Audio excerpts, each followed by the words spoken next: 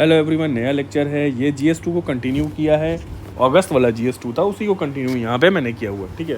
तो आइए इसको भी थोड़ा देखते हैं। पहले क्वेश्चन से मूव करते हैं कि जो माइक्रो लेवल जो है एडमिनिस्ट्रेटिव रीऑर्गेनाइजेशन है, can deepen the democracy but may also fragment governance. तो गवर्नेंस कैसे फ्रेगमेंटेशन हो जाएगा गवर्नेंस का, ठीक है। अगर माइक्रो लेवल क्या होगी, एडमिनिस्ट्रेटिव रीऑर्गेनाइजेशन होगा तो कैसे, आइए देखते हैं क्या है।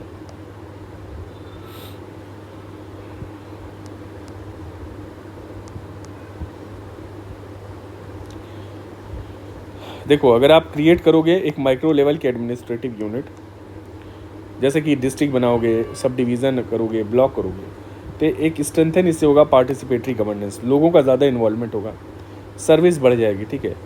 बट विदाउट स्ट्रेटेजिक प्लानिंग इससे डुप्लीकेशन हो सकता है, इनएफिशिएंसी होगी, पॉलिटिसाइजेशन होगा। डुप्लीकेशन क्या है, आपने और डिस्ट्रिक्ट बनाया, वही काम के लिए छोटे छोटे और डिस्ट्रिक्ट बना दिए सब, तो वही सारा काम यहाँ पे फिर डुप्लीकेट हो रहा है, ठीक है। हालांकि पब्लिक रीच बढ़ रही है पर फिर भी डुप्लीकेट कैसे है, क्या है देखते हैं। कैसे ये माइक्रो लेवल ऑर्गेनाइजेशन डीपेंड करेगा डेमोक्रेसी, पहले देखते हैं कैसे करेगा।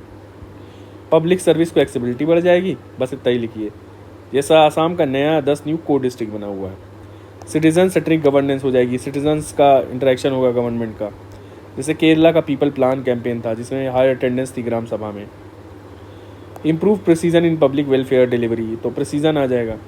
माइक्रो लेवल डेटा अवेलेबल होंगे, लोकल बेनिफिशियरी मैपिंग, जैसे एस्पिरेशनल डिस्ट्रिक्ट प्रोग्राम को काफ़ी हेल्प मिलेगा, जिसमें सोशियो इकोनॉमिक डेटा यूज़ किया तो एक लोकल हो जाएगा ना, चीज़ें लोकल है, लोकल लोग पे ज़्यादा अवेयर हैं, ठीक है। टुकड़ों में बैठ जाएगा नीचे, तो वहाँ अलग पॉलिटिक्स शुरू हो जाती है, बट फिर भी फास्टर ग्रीवेंस रिड्रेसल, तो क्योंकि पब्लिक का एक्सेस बढ़ जाएगा, ऑफिसेज में मल्टीपल ऑफिसेज हैं तो ग्रीवेंस रिड्रेसल बढ़ जाएगा। जैसे ई मित्र सेंटर तहसील लेवल पे, कहाँ पर, राजस्थान में।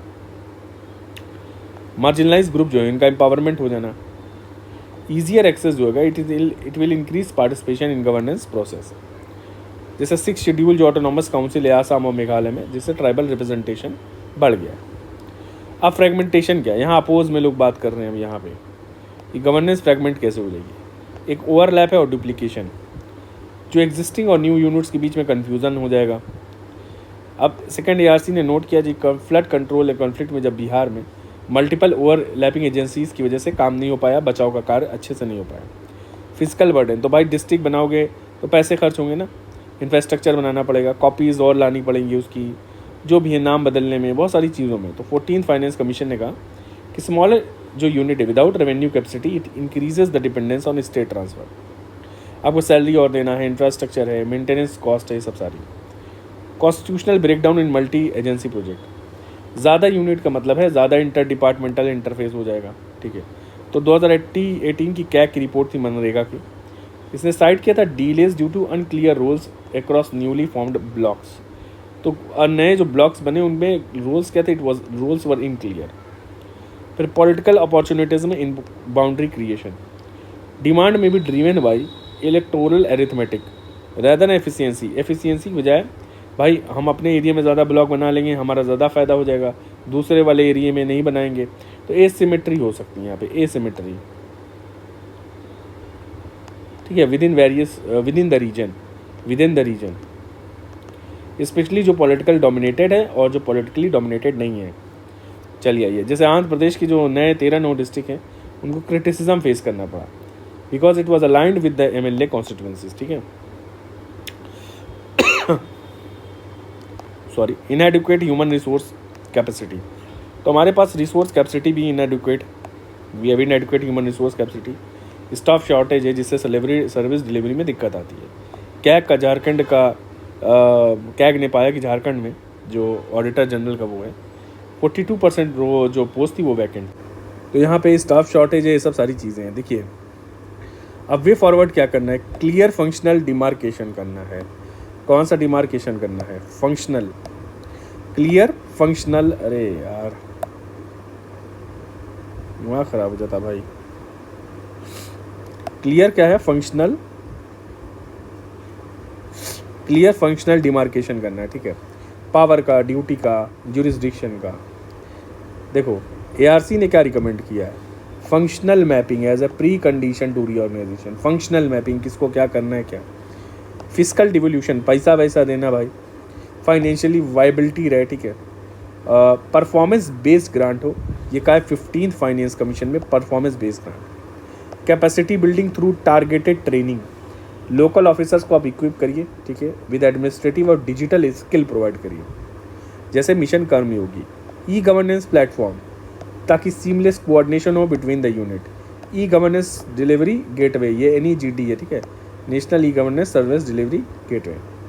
स्टेट पोर्टल को ब्लॉक लेवल से ये जोड़ता है, ठीक है। रेगुलर सोशल ऑडिट हो और सिटीजन स्कोर कार्ड और ऑडिट किया जाए बार बार कि काम वाम सही हो रहा है कि नहीं। इंस्टीट्यूशनल अकाउंटेबिलिटी, सिटीजन ओवरसाइट, ये सब सारी चीज़ें हैं।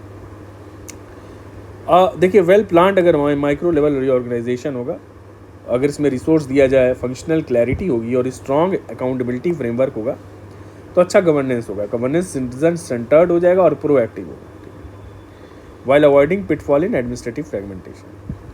अब इंडिया का फिजिकल जो फेडरलिज्म है, ये it is caught between the competing logics of equity, efficiency and autonomy, ठीक है।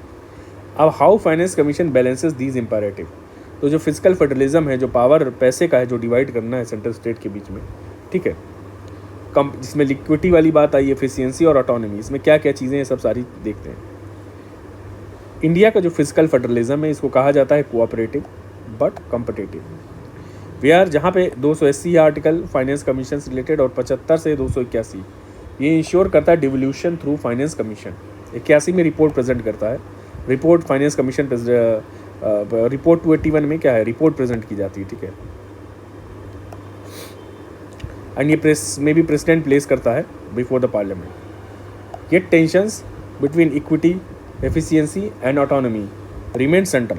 अब फेयर डिस्ट्रीब्यूशन, देखिए टेंशन क्या है, ये फेयर डिस्ट्रीब्यूशन हो रहा है कि नहीं पैसे का, ग्रोथ इंसेंटिव मिल रहे हैं, इंडिपेंडेंसी क्या है स्टेट की, ठीक है, फाइनेंशियल मैटर में। देखिए पहला तो इक्विटी इन फिजिकल फेडरलिज्म में क्या इक्विटी की बात है, income distance and redistribution. State with low per capita income, जिनकी पर कैपिटा इनकम कम है स्टेट की, उनको हायर शेयर मिलता है ताकि डिस्पैरिटी इनकी ख़त्म कर दी जाए।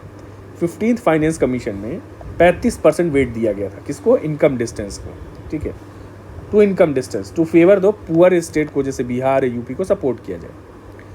पॉपुलेशन बेस्ड क्राइटेरिया क्या है, 2011 में सेंसस डेटा आया और इसमें पॉपुलेशन वेट इंश्योर किया गया पॉपुलेशन बेसिस पे by linking devolution to demographic need. तो क्या डेमोग्राफिक नीड है, एक डेमोग्राफिक ट्रांजिशन पे भी है, वो बाद में देखेंगे। तो डेमोग्राफिक नीड के बेसिस पे लाया गया। फिर नीड बेस्ड ग्रांट है, स्पेशल ग्रांट जैसे डिजास्टर मैनेजमेंट के, हेल्थ वर्कर के, ये सब सारे आ गए।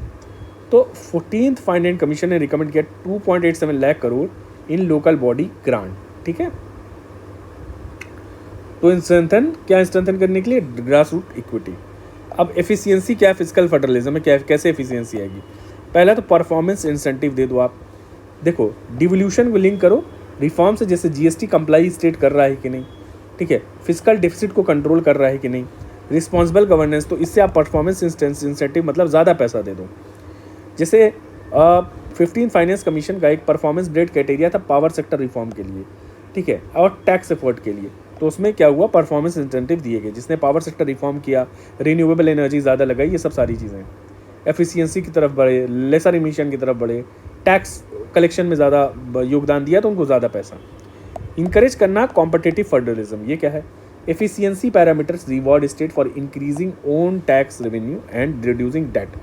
तो कॉम्पिटिटिव फेडरलिज्म कैसे है, स्टेट्स के अमंग कंपटीशन हो, ठीक है, अब इन कंपटीशन में रिवॉर्ड कैसे मिलेगा, आप अपना टैक्स रेवेन्यू बढ़ा लीजिए, जो बढ़ाएगा ज़्यादा उसको हो ज़्यादा मिलेगा पैसा, जिसने अपना डेट कम कर लिया उसको ज़्यादा मिलेगा पैसा, जिसने अपना टैक्स बढ़ा लिया उसको ज़्यादा। तो इस फॉर्म में growth linked formula, incentive for state for exceeding per capita, जो जिसकी ग्रॉस स्टेट डोमेस्टिक प्रोडक्ट ज़्यादा आ रहा है, जिसकी प्रोडक्टिविटी ज़्यादा है, उसको आप ज़्यादा इंसेंटिव दे दीजिए।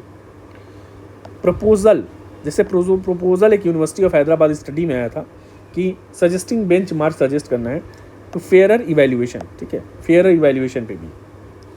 ऑटोनॉमी क्या है फिजिकल फेडरलिज्म में, क्या ऑटोनॉमी है, physical space for states, ensuring unified transfer, ठीक है, यूनिफाइड ट्रांसफर हो, allows state to design welfare and development scheme based on the local need. ठीक है, लोकल नीड के बेसिस पे आप वेलफेयर स्कीम डिज़ाइन करिए, ये सब है फिजिकल फेडरलिज्म में। आइए देखें, 14 फाइनेंस कमीशन ने रेस किया tax devolution share to 42%, enhancing the state autonomy. तो यहाँ पे जो स्टेट का शेयर था वो 42% कर दिया गया था, पहले ये कितना था 32% था, तो 32% से इनके शेयर 42% कर दिया गया, जिसके इनके पास क्या हुआ, लार्जर पूल ऑफ मनी हुआ, they had a larger pool of money, ताकि फंड इनको डेवलपमेंट और वेलफेयर एक्टिविटीज़ में अच्छा खासा पैसा खर्च कर सकें। डीलिंग विद जीएसटी सेंट्रलाइजेशन, ये क्या भाई, जीएसटी ने has reduced independent revenue power. देखो रेवेन्यू पावर थोड़ा सा, इंडिपेंडेंट रेवेन्यू पावर रिड्यूस हुआ जीएसटी की वजह से। अब इसमें जीएसटी काउंसिल में डिस्प्यूट्स आया ड्यूरिंग कोविड-19, जिसमें डिट शोड फ्रिक्शन, किस बात पे बहस वहस हो गई, और कंपनसेशन शॉर्टफॉल, किनको कंपनसेशन, जो इनका जीएसटी इनकम स्टेट पे रिड्यूस हुई है स्टेट की, उसका कंपनसेशन देना था और नहीं दिया गया, ठीक है।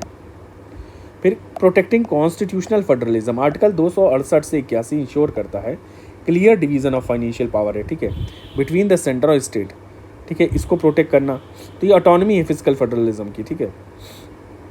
कैसे फिजिकल फेडरलिज्म की ऑटोनॉमी, देखिए कैसे ऑटोनॉमी आई है, एक तो पैसा दिया गया यहाँ ज़्यादा, फिर जीएसटी डिस्प्यूट आया तो इसमें कहा गया कि आपको ये देना था, क्या, कंपनसेशन फंड देना था, जीएसटी कंपनसेशन फंड, एक जीएसटी कंपनसेशन फंड, ठीक है।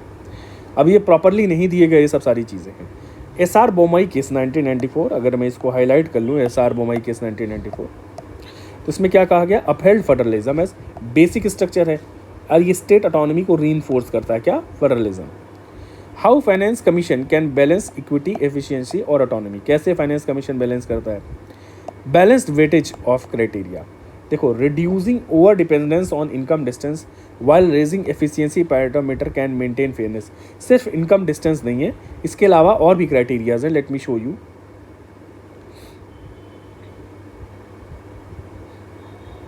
I had noted it down somewhere else, चलिए मैं बाद में शो करूँगा, जिसमें क्राइटेरिया अलग अलग दिया गया है। 45% जैसे इनकम डिस्टेंस था, 12% डेमोग्राफिक शिफ्ट था, बाकी 15% थी और भी चीज़ें, ठीक है। तो ये सब देखिए, एनके सिंह का 15 फाइनेंस कमीशन है,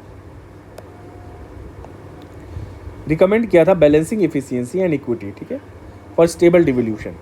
फिर differential grant for reforming state, देखो लिंकिंग द ग्रांट को लिंक करना, जैसे आपने हेल्थ पे क्या रिफॉर्म किया, एजुकेशन पे क्या काम किया, इंफ्रास्ट्रक्चर के लिए क्या काम किया, ठीक है। ये जो लैग स्टेट है उनको मोटिवेट कर सकता है कि भाई आप ग्रांट तभी मिलेगा जब हेल्थ पे काम करोगे, एजुकेशन पे काम करोगे, जैसे ऊपर आया था टैक्स पे काम करोगे, तो ये सब सारी चीज़ें हैं। देखो रंगाराजन यहाँ कमेटी आई थी, इस पर भी आप ध्यान दीजिए, रंगाराजन कमेटी, इसने टारगेटेड कंडीशनल ग्रांट रखा था for sectoral efficiency. Use of, अगला है यूज़ ऑफ डायनेमिक बेंचमार्क। ये क्या, use of dynamic benchmark, dynamic benchmarks, shifting from static GSDP comparison to expected growth benchmark encourages accountability. तो यहाँ एस राजा सेतु दुरई की स्टडी थी, it proposed expected gross state domestic product method to nudge the performance. तो static GSDP की ना base करके expected growth GSDP से link किया गया था, ठीक है। सो जो स्टेट की एक्सपेक्टेड जीडीपी है, मतलब या इसका जो पोटेंशियल है उस बेसिस पे, उससे ज़्यादा कर रहा है कि नहीं कोई स्टेट, तो पोटेंशियल की बेसिस पे किया जाए, प्रेजेंट नहीं देखिए आपका पोटेंशियल इतना है, आपका पोटेंशियल है कि 6% आप ले जा सकते हो, आप 4% दे रहे हो, ना 6% की बेसिस पे कि आप 7 पे जा रहे हो कि नहीं, 8 पे जा रहे हो कि नहीं, ठीक है। चलिए आइए आगे देखा जाए।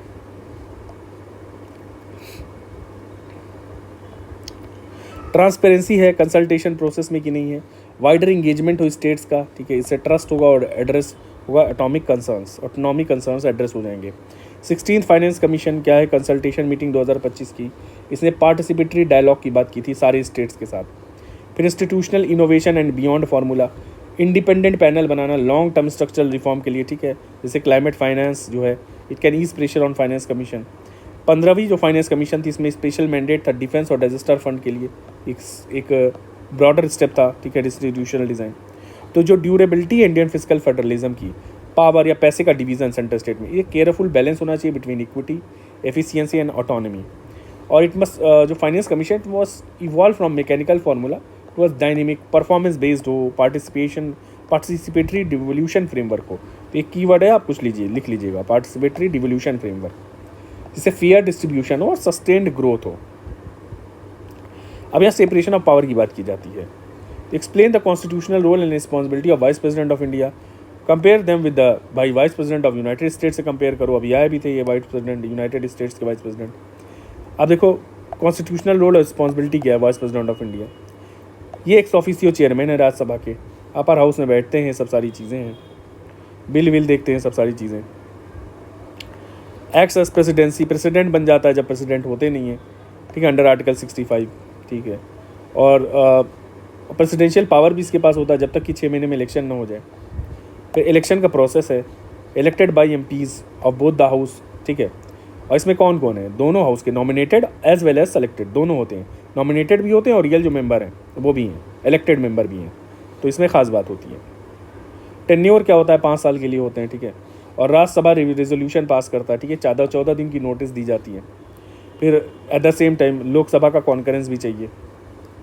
फिर लिमिटेड एग्जीक्यूटिव अथॉरिटी, ये कोई बहुत ज़्यादा इंडिपेंडेंट एग्जीक्यूटिव पावर नहीं होता, एक्सेप्ट व्हेन एक्टिंग एज, जब प्रेसिडेंट बना दिया गया तब हुआ थोड़ा। वाइस प्रेसिडेंट जो कॉन्स्टिट्यूशनल डिवाइस है वो एम्फसाइज करती है neutrality in legislative function rather than executive activism. तो ये न्यूट्रलिटी पे ज़्यादा फोकस करता है in legislative functionism, rather than executively act नहीं करता, एग्जीक्यूटिव फंक्शंस कम है, ठीक है। अब देखिए comparison vice president of United state, ये एग्जीक्यूटिव रोल होता है वाइस प्रेसिडेंट यूनाइटेड स्टेट का, दो not a statutory cabinet member नहीं होता ये, पर एग्जीक्यूटिव डिसीजंस लेता है, ठीक है। और negotiation, task force, high level inter agency initiative, president ये प्रेसाइड करता है सीनेट के ऊपर और कास्ट करता है डिसीजन ब्रेकिंग वोट, ठीक है। Tie breaking vote have influence the passage of budget bills and appointments in closely divided senate. फिर सक्सेशन क्या है, becomes president immediately in case of death, resignation, president की डेथ होगी तुरंत बन जाएगा। और टेम्पररी इनएबिलिटी हो जाए तब भी ये प्रेसिडेंट रहता है। इसका फंक्शन इसलिए कि सीमलेसली और कंटिन्यूटी ऑफ एग्जीक्यूटिव बनी रहे लीडरशिप क्राइसिस के समय में। फिर electoral mandate runs on the same ticket as the president, ठीक है, chosen by the electoral college.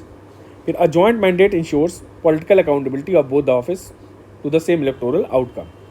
पर यहाँ पॉलिटिकल प्रोमिनेंस क्या है, frequently interested with the domestic and international initiatives, तो इनको काम हो तो मोर एग्जीक्यूटिव फंक्शन है इनका।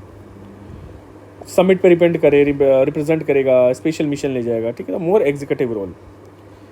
ही is neutral, India's vice president is neutral legislative moderator and constitutional stand by, ठीक है।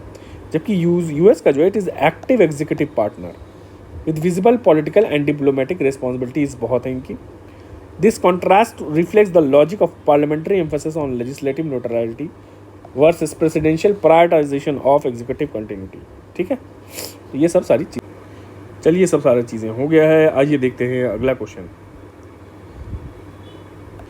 Misuse of ordinance power.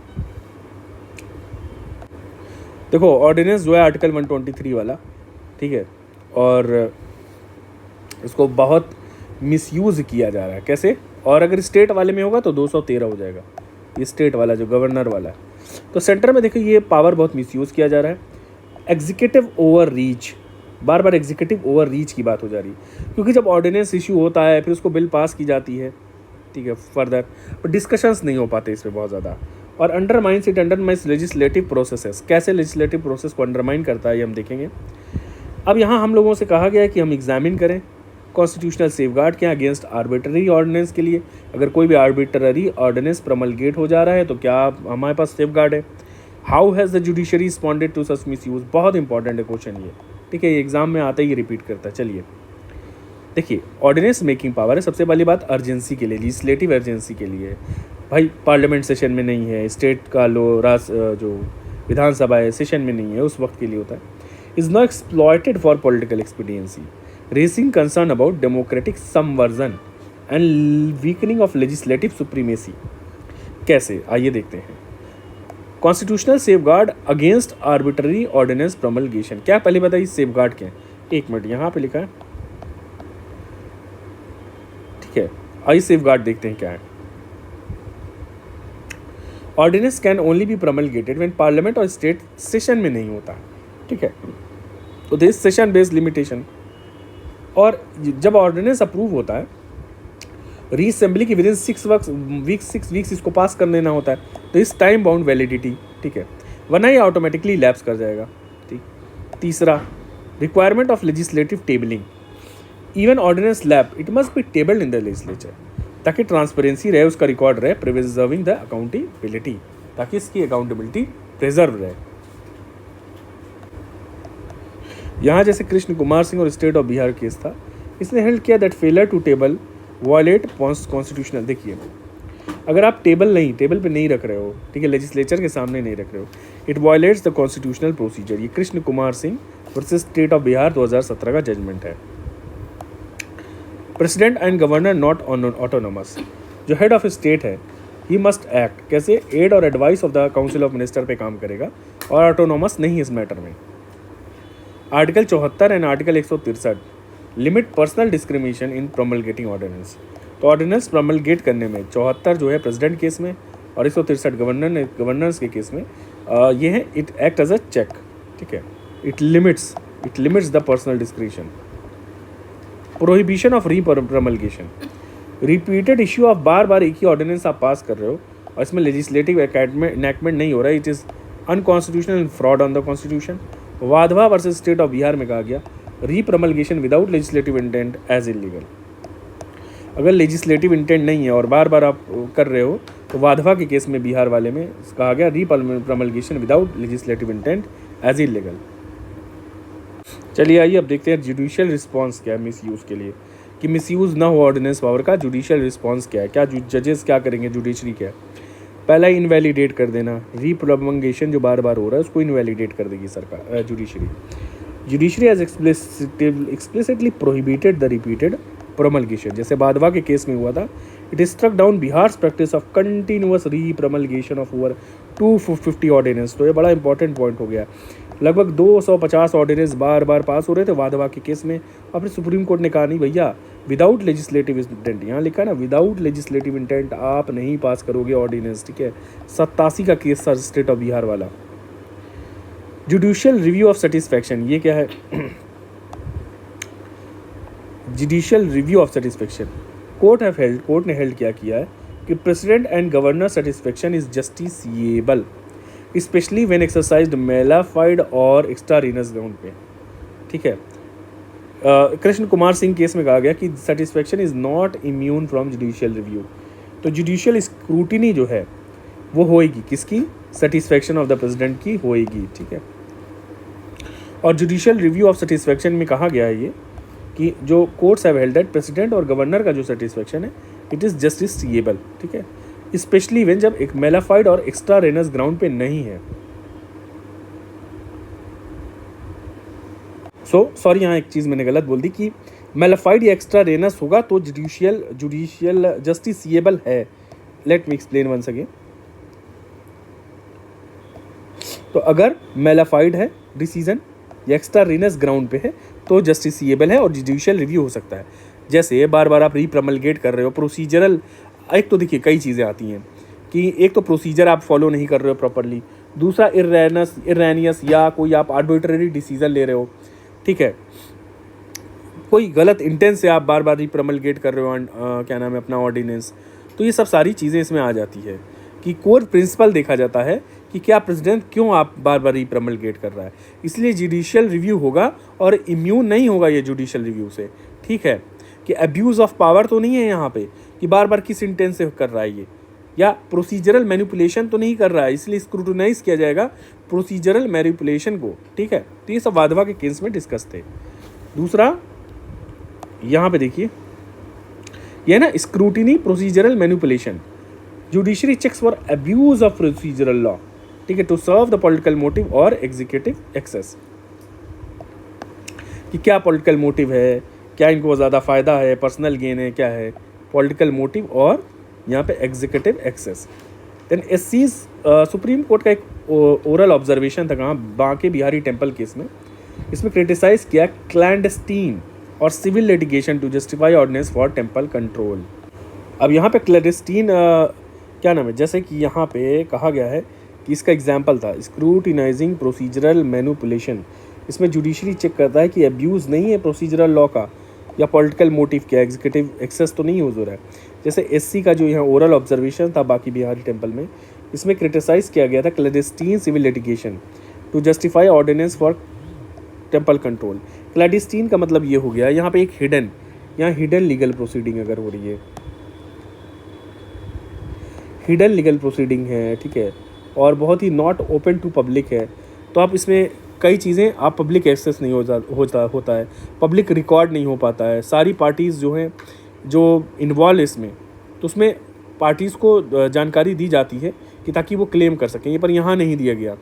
ये सारा जो है पब्लिक रिकॉर्ड नहीं होगा, पब्लिक एक्सेस नहीं होगा, पार्टीज़ को नोटिस नहीं, तो एक हिडन लिटिगेशन होता है, सीक्रेट होता है, जिसमें कोई भी एक पावरफुल व्यक्ति अपने तरह से अपने पक्ष में जजमेंट ले सकता है, ठीक है। और इसमें क्या है, पब्लिक स्क्रूटिनी नहीं हो पाती है। ये सब होता है नेशनल सिक्योरिटी के केस में होता है, सेक्सुअल असॉल्ट के केस में होता है। कहाँ होता है क्लैंडस्टीन? नेशनल सिक्योरिटी हो गया, सेक्सुअल असॉल्ट हो गया, ठीक है, ये सब सारी जगहों पे। पर कई बार जो है कैमरे वैमरे लगे होते हैं कोर्ट में, वहाँ प्रोसीडिंग्स चल रही होती हैं अपार्ट फ्रॉम ये नेशनल सिक्योरिटी और ये सेक्सुअल वाला जो केस है। तो अगर हर केस आप ऐसे हिडन करने लगोगे तो इससे जस्टिस की बात और डेमोक्रेसी अंडरमाइन हो जाएगी, ठीक है।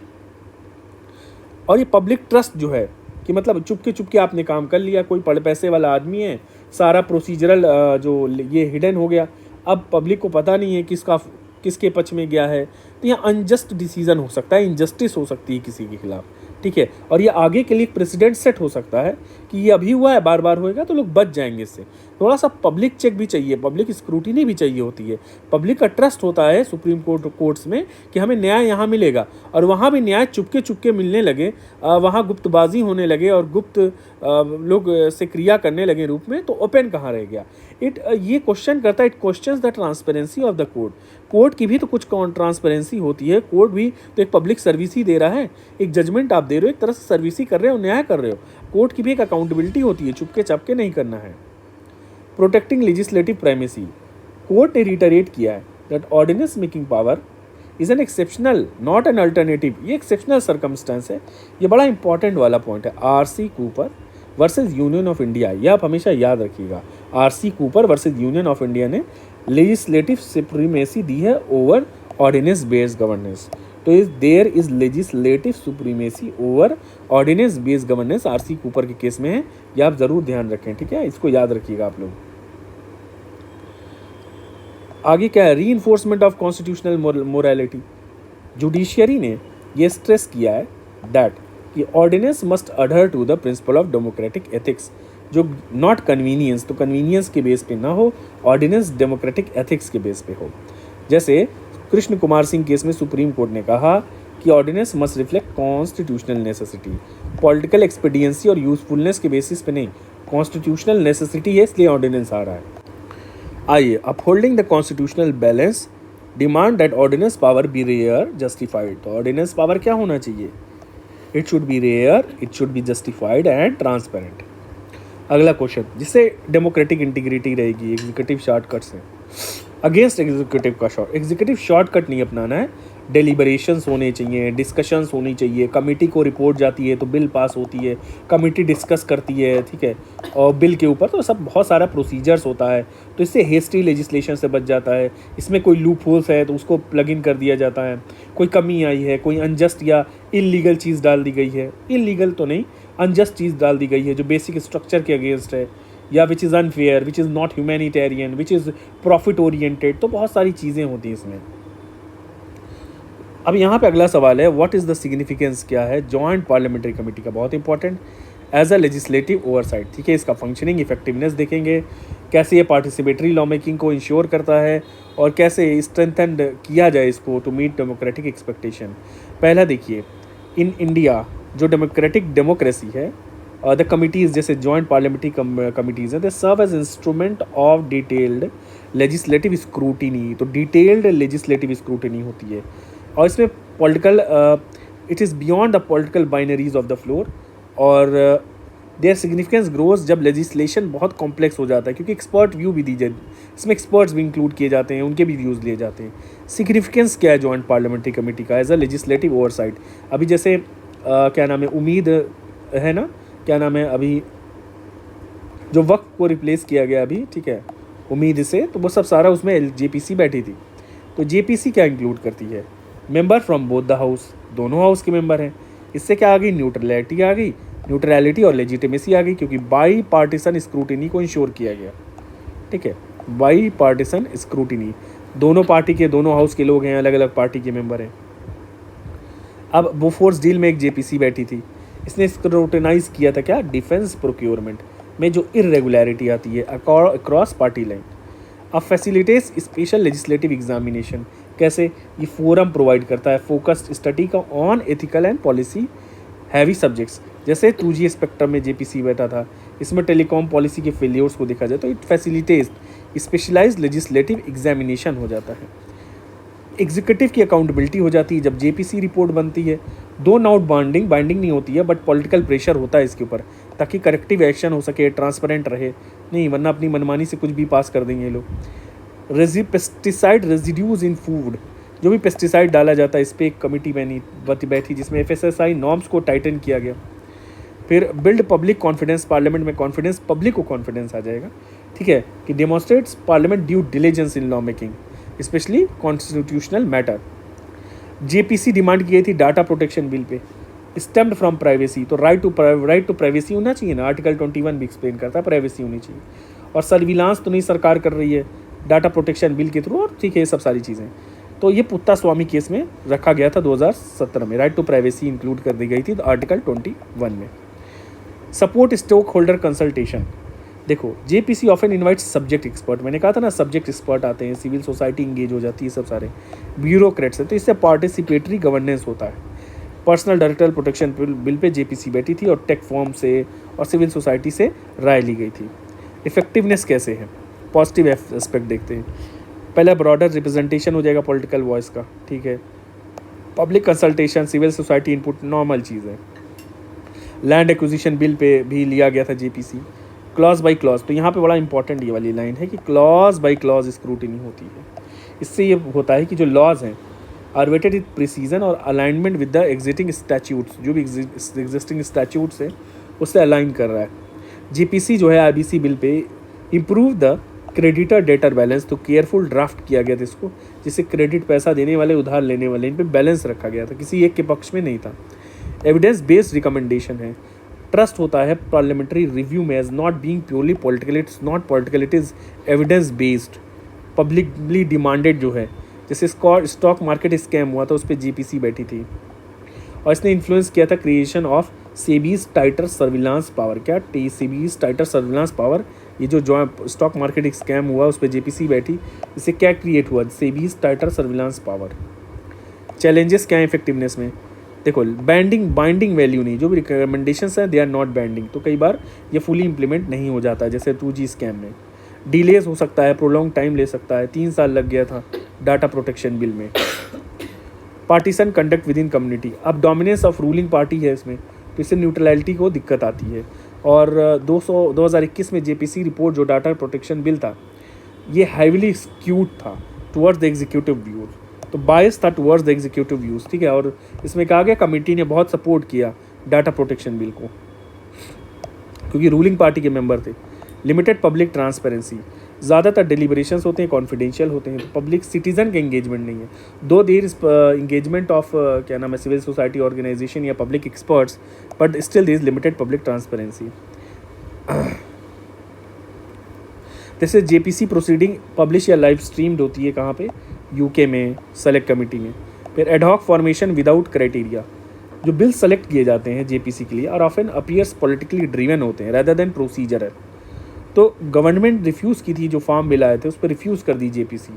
डिस्पाइट इतना वाइड प्रोटेस्ट हुआ जेपीसी नहीं बैठी। इससे लेजिस्लेटिव फेयरनेस की बात की जा रही है, आप न्यूट्रल हैं कि नहीं, आपका एटीट्यूड क्या है टुवर्ड्स द पब्लिक सर्विस है कि नहीं, या अपना प्रॉफिट मोटिव है क्या है, ठीक है। तो यहाँ सिंपैथी और एम्पैथेटिक होना चाहिए द गवर्नमेंट को। Strengthening the functioning of the JPC, कई बार इकोनॉमिक बेनिफिट को रखा जाता है नीचे above the empathy and sympathy towards the public, because जो भी कर रहे हो आप पब्लिक गुड के लिए कर रहे हो, ठीक है। पब्लिक ऐसा कुछ इलीगल डिमांड तो कर नहीं रही थी या अनजस्ट डिमांड करती पब्लिक तो बात सही थी, यहाँ अनजस्ट तो डिमांड हो नहीं रही है। देखिए codified JPC procedure in rules of procedure, अब जो भी जेसीपी में प्रोसीजर से कोडिफाई करो, जैसे जुडिशियल रिव्यू है, प्रमलगेशन ऑर्डिनेंस कैसे आएगा उसको कोडिफाई, गवर्नर के डिस्क्रिशन जो हैं उसको थोड़ा कोडिफाई कर देना रूल्स, तो कोडिफिकेशन से ना डिस्क्रिशन से बच जाता है। यहाँ पे देखिए अगर जेपीसी प्रोसीजर कोडिफाई होगा तो उससे क्या होगा, टाइमलाइन होंगे, एक्सपर्ट के consultation, mandate and minimum quorum जो रिक्वायर्ड है, सब सारी चीज़ों को आप कोडिफाई कर दीजिए, टाइमलाइन को आप डिफाइन कर दीजिए, ये सब सारी चीज़ें। राज्यसभा कमेटी जो है सबऑर्डिनेट लेजिस्लेशन पे रिकमेंड किया था फॉर्मलाइजेशन ऑफ कमेटी प्रोसीजर्स को फॉर्मलाइज किया जाए, ये राज्यसभा कमेटी की एक रिपोर्ट थी। Mandatory compulsory referral of select categories, जैसे डाटा ड्रिवन इलेक्टोरल लॉज या डिफेंस प्रोक्योरमेंट है, इन सब के लिए क्या है, इन सब के लिए है मैंडेटरी कंपल्सरी रिफरल हो, ठीक है। कुछ कैटेगरीज ऑफ उस जेपीसी को भेजना ही है, कंपलसरी जेपीसी के लिए रिपोर्ट भेजो, डाटा ड्रिवन आ जाए, अगर इलेक्टोरल रिफॉर्म की बात आ जाए, डिफेंस प्रोक्योरमेंट की बात आ जाए। जैसे यूरोपियन पार्लियामेंट जो है इट मैंडेट करती है scrutiny such as AI digital law, यहाँ enhance transparency and publication, regularly publish meeting minutes, expert depositions, dissent notes, ठीक है। जैसे यूके हाउस ऑफ कॉमन है, सेलेक्ट कमेटी पब्लिश करती रिपोर्ट, सिटीजन एड सबमिशन, और citizen से भी राय लिया जाता है, सिटीजन्स को शायद वोट के लिए दिया जाता हो कुछ। Make recommendation on time bound and publicly reviewed, parliamentary affair को आप इंकरेज करिए ताकि वो रिस्पॉन्ड करे to JPC report within a fix time. CAG report reviewed by PAC, जो भी कैग की रिपोर्ट रिव्यू करता है public account committee, JPC report should be reviewed in a plenary if not implemented. फिर encourage civil society और academy का participation होना चाहिए, सब सारी चीज़ें। तो JPC is under utilise democratic tool है, अभी इसको और यूटिलाइज करने की ज़रूरत है। इसका इमेंस पोटेंशियल है, डीपर लेजिस्लेटिव लेजिटिमेसी है, ये डीपेंड करेगी लेजिस्लेटिव लेजिटिमेसी को, डीपेंड लेजिस्लेटिव लेजिटिमेसी।